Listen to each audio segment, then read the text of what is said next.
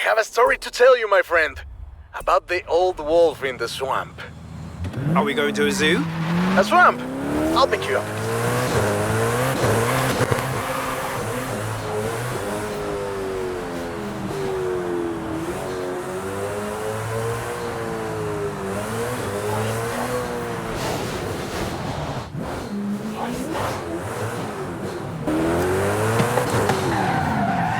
You have arrived at your destination.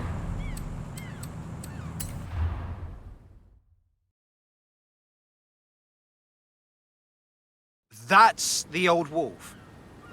No, that's an old truck. The wolf is waiting for us at the swamp.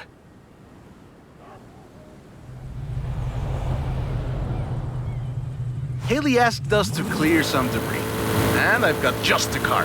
But we need to get there first. Of course! Who do you think I am? The driver who destroyed a record-breaking amount of fences. That's fair.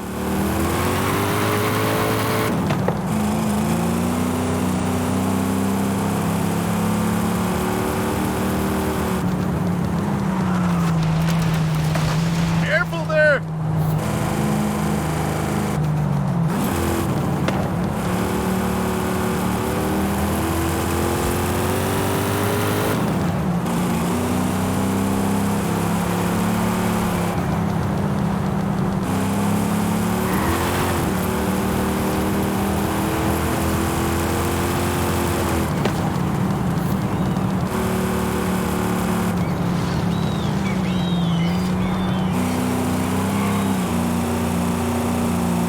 In 400 meters, turn right.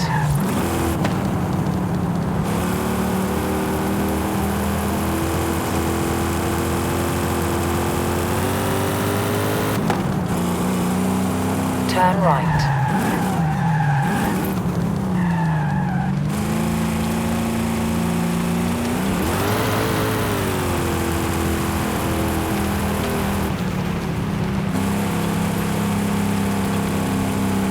In 200 meters, turn right.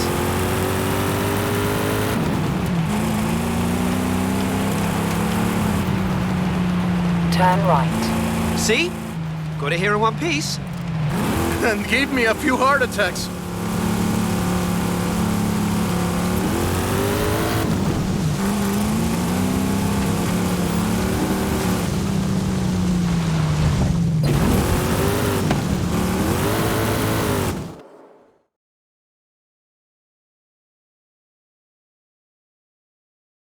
And now, let me introduce you to the Ford Lobo.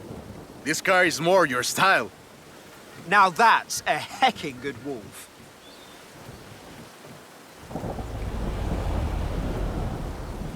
We call it Lobo here. Marketing in this country is outstanding. Let's get to work. See all that brush and stuff? Clear it out. What? No! It's not just an excuse to throw the Lobo around. It is just an excuse to throw the Lobo around. In the 90s, Ford decided that they needed to rebrand the F-150 for the Mexican market. And the name Lobo just has a real ring to it. They started using the badge in 1997, and the rest is history. The Ford Lobo quickly became one of the most popular vehicles in the country. Lobo is still used for the modern Rangers like the one based on the F-150 Raptor you're driving. But we don't just call it Lobo. No. We call it Lobo Raptor. So it's the same car? Now, there are loads of differences, like a dog and a wolf. Lobo only comes in XLT and with higher trim levels. The base version is still sold in Mexico as the F-150, but the Lobo is the Elite F-150.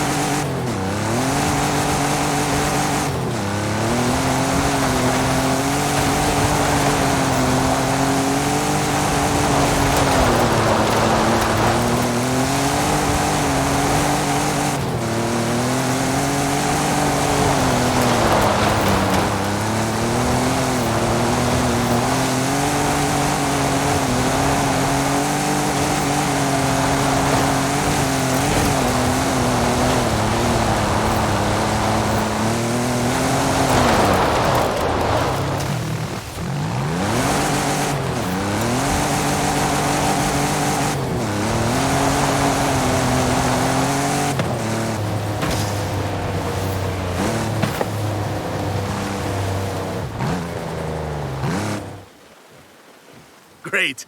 Job's done. And the scratches will buff right out. Thanks for the help. Now I just need to get my abuelo's old F100 back to the garage.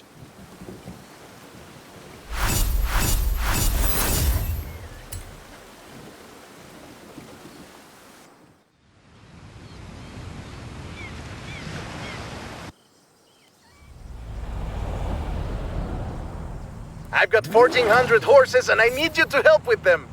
I think I know what this is. I'll be right over.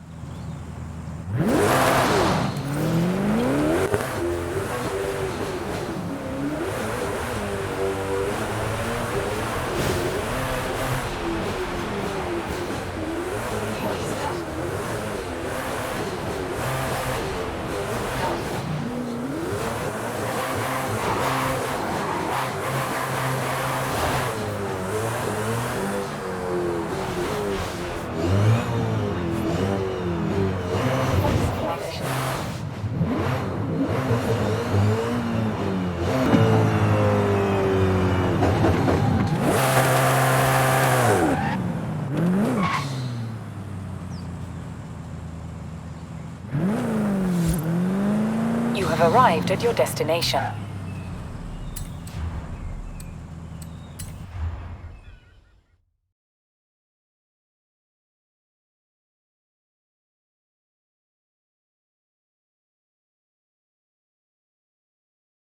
Hey there!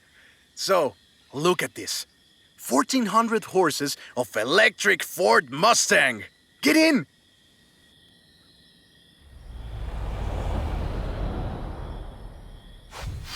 Let's take this down to the beach. Stick it in AWD if you like. There's some nice curves up ahead.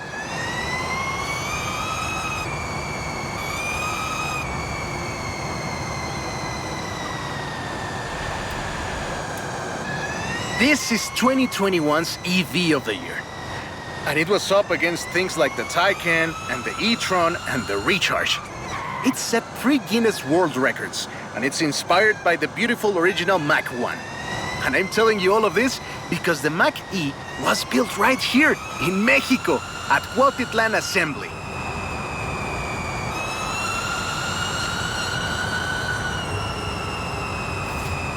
Calm down. I know you like to go fast, but I had a big breakfast. Cuautitlán Assembly has been building cars since the 60s. And more than 2.2 million cars later, we're sitting in an actual space machine made here in Mexico. Quite a journey from Cougars and Thunderbirds and F-150s to this. Hey, I have to keep this back. Be careful with it. This isn't just a prototype. Cuautitlán Assembly does a range of options for the Mach E. A 68 kilowatt-hour standard and an 88 kilowatt-hour extended range version. It will give you over 300 miles of range on a single charge. The Performance GT version is the really wild one. 0 to 60 in 3.6 seconds. This one is quite a bit faster. Honestly, when I first tried it, I had to go and sit in a quiet room for a bit. And I've flown airplanes in a storm. Hey! This isn't your Mach E! Be careful with it! I have to give it back.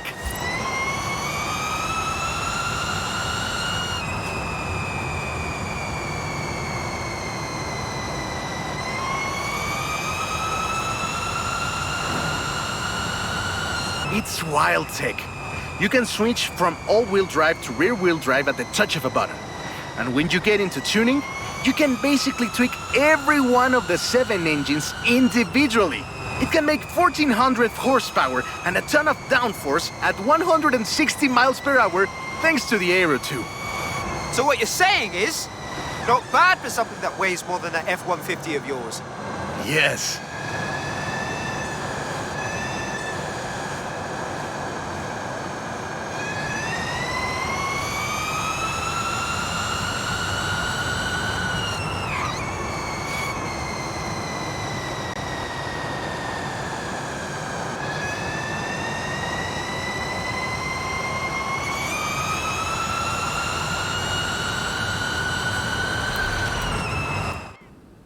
And there we go. Sunrise over the sea. beautiful. But we're not done. There's one more thing to look at. I'll let you know as soon as I have, found it.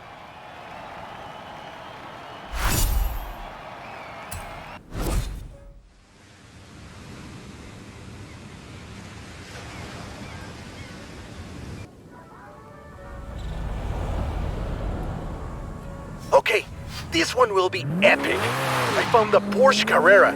You know what that means? Racing? And what do you mean, found? In a barn, of course. And of course it's racing. Come meet me at Guanajuato. Wow, last 2 adventures. Which will it be? I have a coin if that helps.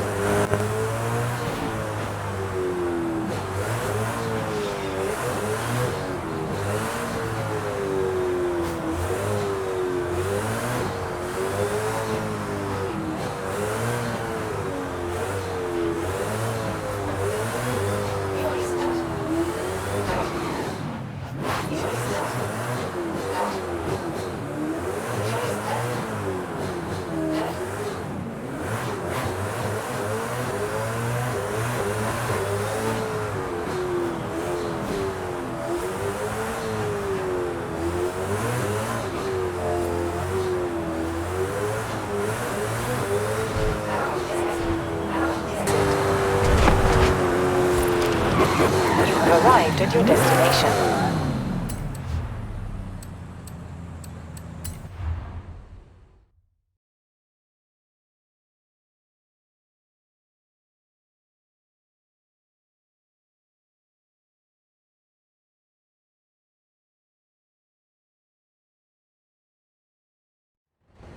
This beauty got her name from the Carrera Panamericana.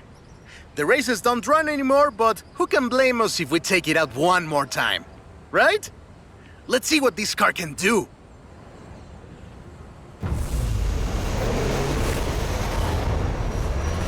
There's Jamin! Guess he wanted one last race. Let's do this!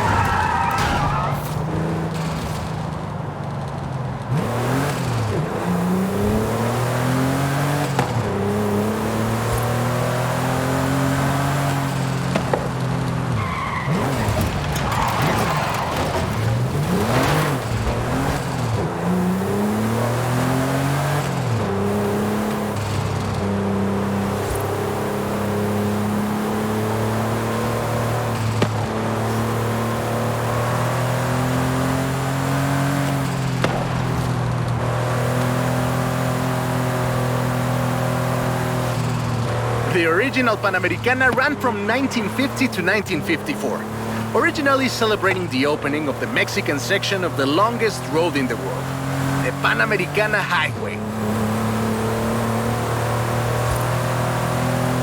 The first race had 132 competitors, and everyone turned up.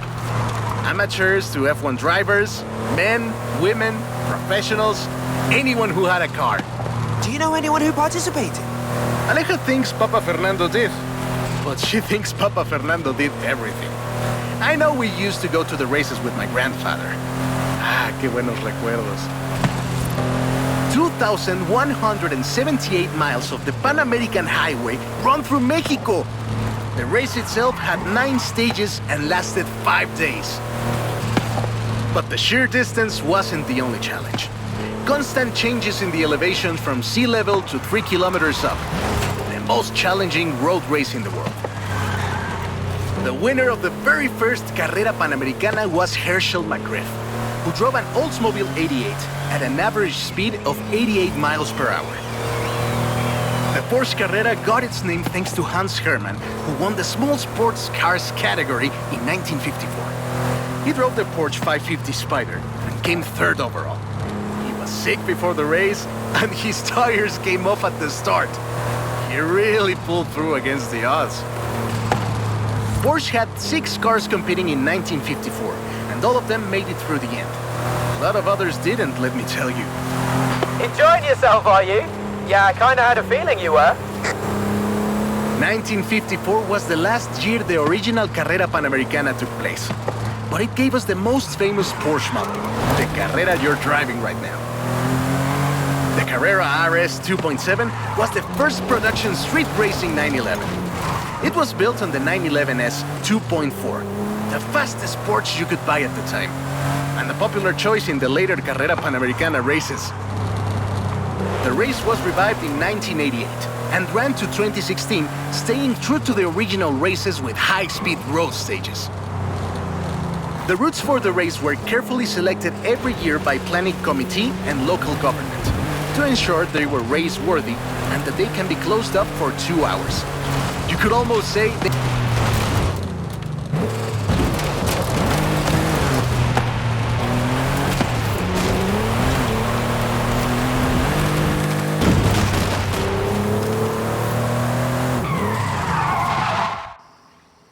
This is Jamin's exit. It's been fun, my friend. Take care. Looking forward to seeing what you can do out there. Have fun now, yeah? Great race. Almost like we did a little Panamericana with a friend. Anyways, hope you had fun with this little stroll through cars hechos en Mexico. It was great! And let me know if you, find any other cars like that.